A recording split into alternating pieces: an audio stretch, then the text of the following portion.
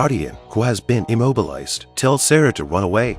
Kyle, on the other side, fires at the T-1000, but the bullets he fired didn't do any damage, but they managed to piss it off. He throws out a drop of liquid metal, which activates a brand new Terminator T-800. Kyle saw this and grabbed a sulfur cannon and shot it at the robot. He thought he destroyed it, but it just knocked it back to its original form. The T-800 then launched a counterattack. When he locked onto his target, he immediately grabbed an iron bar and stabbed Kyle, then punched him and sent him flying tens of meters away. Seeing that he was about to be wiped out here, the man hurriedly picked up the high-voltage wire on the ground and stuck it directly into Tate 100's body. Taking advantage of the other party's system malfunction, Kyle immediately shouldered the sulfur cannon and blasted his brain off in one fell swoop. Meanwhile, Sarah was still organizing her equipment. Suddenly, there was a sound of footsteps. Sensing the danger, she quickly set up her machine gun and prepared for the enemy. Then a figure approached. It was Kyle, who had joined her. But as soon as Sarah lowered her weapon, another Kyle came running in. Obviously, one of them is a T-1000 in disguise. Sarah was a bit confused when she saw the two of them were still confronting each other. So she used her sixth sense to shoot one of them in the sole of the foot. Unexpectedly, she was right. The other person is really a T-1000. Then she told Kyle to retreat and quickly fired at the ceiling. Concentrated sulfuric acid poured out from the pipes, instantly drowning the T-1000 and corroding his body with holes. However, Sarah had just arrived at the safe zone when suddenly the T-1000 rushed out and prepared to destroy her. Luckily, Guardian appeared in time and picked him up with one hand and pressed him directly into the acid ring. In just a few minutes, the mighty T-1000 was reduced to ashes. However, the crisis was not over. In the future world, Skynet, as in artificial intelligence, has become self-aware. By controlling the nuclear bombs, they completely wiped out all humans and took over the rule of the Earth. In order to stop this disaster, Sarah and Kyle decided to go back to 2017 and destroy the Stark Corporation that made Skynet in the first place. But just after traveling back to 2017, they were arrested as perverts and sent to a mental hospital. They are trapped inside with no way to escape. At this moment, a familiar figure suddenly appeared. It turns out that this person is the son of the two of them, John. He's the leader of the survivors against Skynet in the future.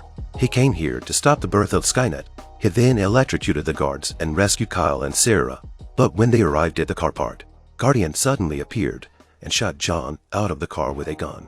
They were confused and thought Guardian had gone rogue. But in the next second, the blood coming out of John's body turned into black particles and flowed back into his body.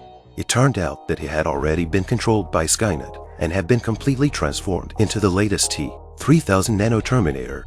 He came here to stop Kyle and the others from destroying Skynet.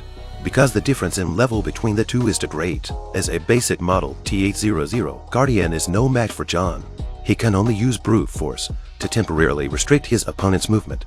In this way, the two war machines fought their way into the MRI room. Sarah took advantage of the fact that the two men were temporarily incapacitated and hurriedly helped Guardian to leave.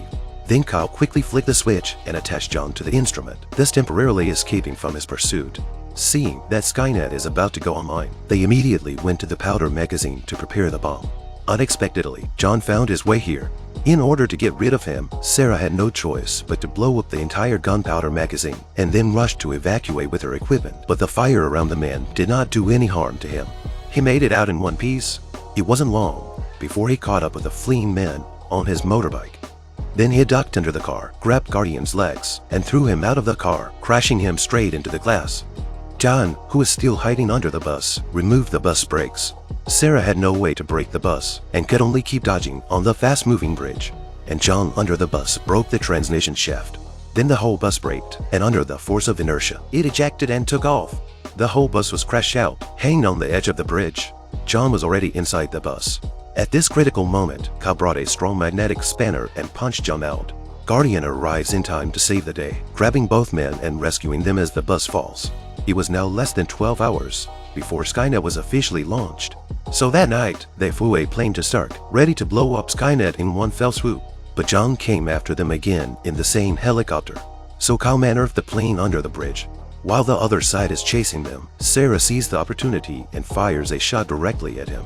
But John absorbed the flame and stabilized the plane. Seeing that he couldn't get rid of him, Guardian decided to make a desperate attempt to block it with himself. Then he jumped out of the plane and crashed out as a human cannonball. Kyle and the others took the opportunity to get to start, but John came after them again. The two of them fired on him, but they can't do any harm to him. At this critical moment, an iron bar suddenly nailed him to the wall. It was Guardian who came in time. They immediately went to the headquarters and planted bombs on the equipment inside. But John came after them again. The two war machines fought again. But he's a nanotype robot, so normal physical attacks have no effect on him. In order to finish him off completely, Guardian could only rely on his own brute force to drag him into the time machine.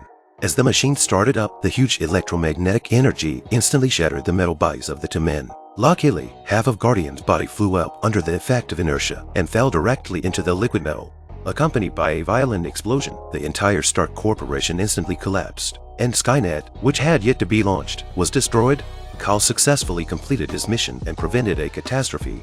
Just as the two of them were grieving Guardian's departure, a liquid dagger suddenly reached in and instantly ripped open the steel door. The person who came was the reborn Guardian. It turned out that he had fused with the liquid metal and possessed the liquefaction ability of the T-1000. And so Kyle and Sarah lived happily ever after. This is the 2015 American science fiction film, Terminator Genisys. In the future, robots rule the human world. Human leaders lead a rebellion against Skynet. Skynet sends robots to travel back in time to destroy the leader's parents, but they're stopped by the old robots. They travel to the company, where Skynet was released and prepared to destroy Skynet beforehand. The latest version of the nanobots show up to stop them. The old robots end up dragging him into the time machine to try and kill him. In the end, he's thrown out of the machine and escapes. This story tells us that in the future, technology will probably replace human beings, and we should use it wisely and not abuse it. I am Zero Sense Film. If you like this video, please give it a thumbs up, comment and subscribe to my channel. See you in the next video.